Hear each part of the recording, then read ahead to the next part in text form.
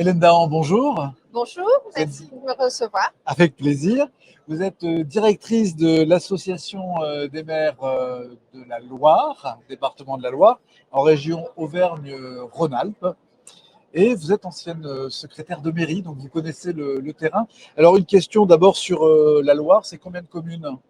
La Loire, c'est exactement 323 communes et 10 EPCI. Et votre président, c'est? Mon président s'appelle Yves Nicolin et il est également maire de Roanne et président de Roanne Agglomération. D'accord.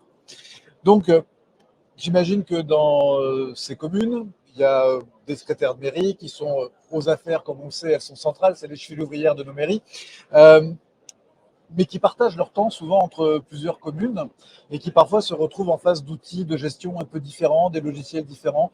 Il faut qu'elles rebondissent, alors elles ont de l'agilité, mais est-ce que c'est quelque chose qui vous remonte du terrain? C'est parfois cette difficulté ou ce manque d'harmonisation des solutions?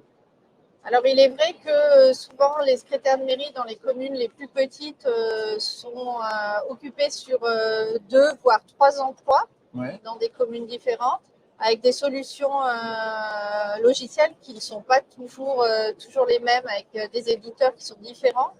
Euh, pour autant, pour les secrétaires de mairie, j'ai envie de dire qu'ils sont déjà aguerris au métier et qui ont une certaine ancienneté, elles arrivent à rebondir assez facilement. Elles arrivent à jongler, oui. Elles arrivent à jongler.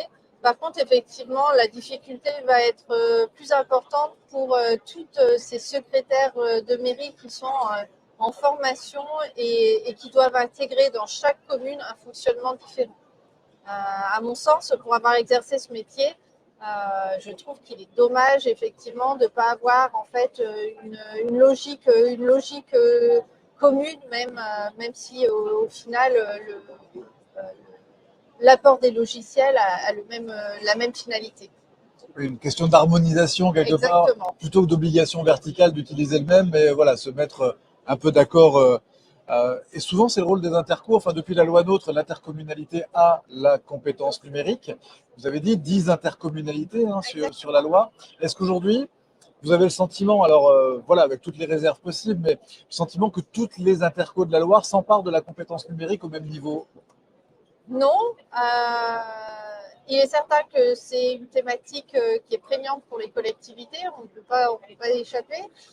Pour autant, les intercommunalités n'ont pas forcément cette compétence et ne l'apportent pas forcément, en tout cas pour les logiciels des secrétaires de mairie. Peut-être plus largement pour la population, mais en tout cas pas dans le cadre de l'exercice du métier de secrétaire de mairie. Oui, donc ça peut améliorer effectivement cette partie-là. C'est un des rôles aussi de l'association des maires que de partager finalement ces dynamiques d'harmonisation et de mutualisation. Alors la Loire, c'est un département qui est plutôt bien doté sur le plan de la connectivité. Oui.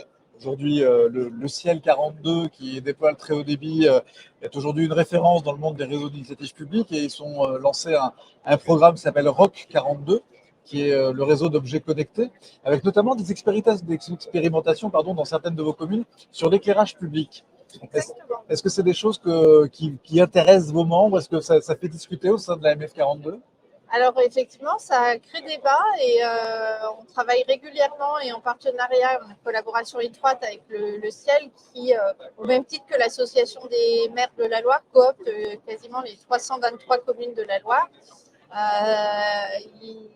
Ça fait sens et ça intéresse les élus parce qu'il y a également une dimension financière et que pouvoir régler en fait et gérer à distance son éclairage public ou ses fluides dans les bâtiments publics, c'est source d'économie. Donc oui, ça les intéresse.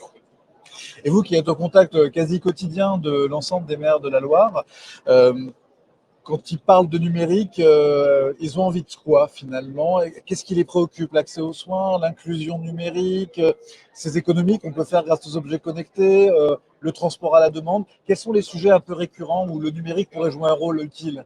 Je pense que les sujets sont divers et variés et qu'un élu reste un citoyen également et que bien souvent dans les petites collectivités, ils gèrent leur mairie un peu en bon père de famille et qui sont à la recherche des mêmes solutions n'importe quel père ou mère de famille pourrait rechercher pour son propre foyer. Donc oui, ce sont des sujets qui les intéressent. Est-ce qu'ils sont sensibles sur la question de la cybersécurité? Aujourd'hui, souvent, des petites communes nous disent oh, je suis trop petit pour être attaqué, sauf ils peuvent se prendre ce qu'on appelle en cybersécurité une balle perdue. Est-ce que voilà, dans vos instances, vous parlez de ces sujets-là? La cybersécurité, c'est un sujet un peu à part parce qu'effectivement, dans les collectivités les plus petites, ils ne se sentent pas directement concernés par cette menace, même si dans la réalité, on sait très bien qu'ils sont potentiellement concernés également.